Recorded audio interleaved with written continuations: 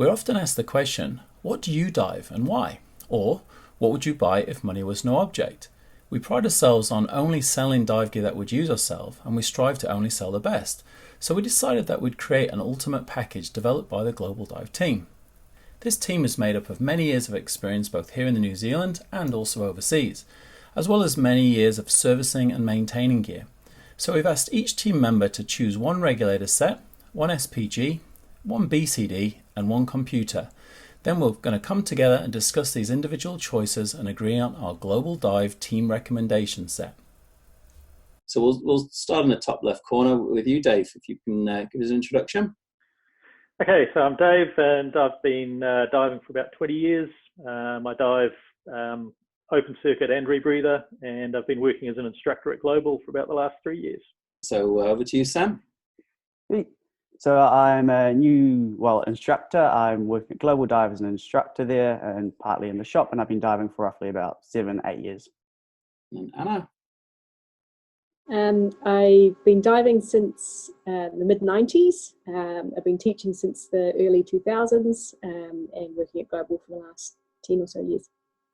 As well as the four of us that you see here, we also included our service technician Yuji and also Bruce, who's our shop manager. And so we're going to start first of all with I'll start with you, Anna. You chose the Aqualung Micron. Do you want to explain to us why you chose that one?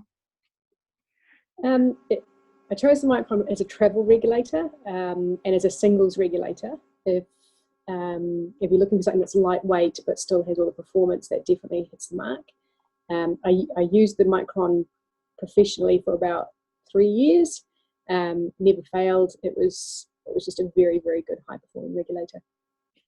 Certainly a good choice. And then Dave, you went with the Apex XTX50 with a 40 octi. Do you want to explain to us what your thought process was before that one? Thinking on that, yeah. I guess in the past I'd used the Aqualung Legend, and particularly when I started getting into tech diving, the XTX50 has been my sort of go-to regulator. I think I own about 6 of them. And so now it's just, in terms of something that sort of is at that Legend level, but is actually more flexible. No matter what you do with your diving in the future, the XTX50 is a regulator that you can use and reconfigure for just about any sort of diving you want to do. And Sam, you chose the XTX50 as well. So Yep. when you got that one, you were probably a slightly different direction than Dave, weren't you? You weren't a tech diver, but you're doing it as a single tank diver and instructor. What are your thoughts on that regulator after you've using it now for a while? Yeah. So when I went to get the regulator, I was looking for something that would last me for a while. I remember coming to the store and you recommended that one. After diving with it for about a year, the performance never failed. I've never had any problems with it. I quite like how the turret on it swivels, because when you're moving your head around, you don't feel any tension on it. It just goes with you. So really just a good regulator. Just for your interest, Yuji, who is probably probably one of the most experienced service technicians in New Zealand, who services all brands, his perfect regulator, or his preferred regulator, was the Apex XTX50 as well. So I think as well as those divers using it, the engineer and technician really rates it as well. Then kind of shows. So the Global Dive regulator of choice is going to be the Apex XTX50. So now we're going to go on to the BCD. And so with the BCD, we've got quite a similarity of choices between us. Dave, do you want to explain what you chose? Yep. So I went for the OMS Smart Stream with an alloy backplate. I like the alloy backplate because it means I can travel with it easily. It's a couple of kilos less in your dive bag when you're traveling. The latest versions of it have the trim pockets, so it's very easy to add around 4 kilos to the basic system. And then with your integrated pockets, you can have another 6 kilos. As dive instructors, would you say this kit's suitable for new divers? Yep, I think it's really good for new divers. Yeah. It's really easy to adjust for them.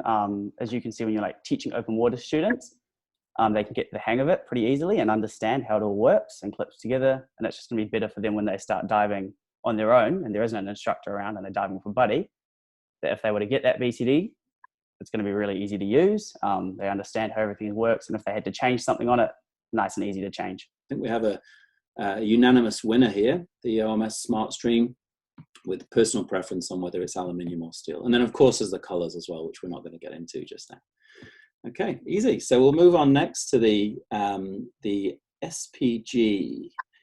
Yeah, looking at the votes from all 6, fundamentally it's the same thing.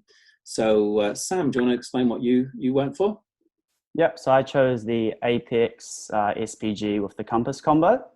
Apex SPG, it's nice and bold, really easy to read. I went for the compass combo on it because I quite like having to be able to just look down, realign your compass with things. Like when you're going down off the boat, you can set a course, you can do like a square pattern or just straight in and out. Dave, what was your choice? Same SPG. So the Apex SPG, my compass preference now is on my computer. Okay, cool. And so Anna, you had a slightly different choice, but do you want to talk us through that for your SPG? And I like something that's quite small. So just a SPG, not even in a boot, just on the hose. From us 4, I think we're all in agreement. The other 2 went with other metal SPGs, so slightly larger faced ones, maybe showing their age a little bit with the older 2, Bruce and Yuji. I think we'll keep it a unanimous choice that it's the Apex or a compact metal-backed SPG with the option to upgrade to a compass. We'll leave the compass off for just now. Okay, we all agreed? Yep, sounds good. So now moving on to the dive computer, there's a really hotly contended section. If we had run this discussion maybe 5 years ago, the answers would have been very, very different. But when we came to vote it, only 2 computers came up. And if for anyone who's a customer of Global Dive or has been in the store, it's probably no surprise to see that our very strong recommendation was to the Shearwater mark. So for our choices, it was basically unanimous between the Teric and the Perdix AI. So now we have the difficult decision of choosing what we're going to recommend. The 2 that you can see on your screen now, the Perdix and the AI air integrated version, and then the slightly smaller, newer Teric model as well. So again, going around the room, we'll start with you, Anna, if that's okay. I think I chose Teric or Perdix. I've got both, and I probably wouldn't dive with just one computer anyway. I'd probably dive with 2. And Teric definitely was for, again, I do a lot of travel, and it just means that I can take my computer without having to worry about luggage. The Perdix is that bit bigger, so... Dave, which did you go for? I own a Shearwater Petrolander Perdix as well. And I guess I've gone for the Teric because when I first got my Teric, I still used my Perdix a lot.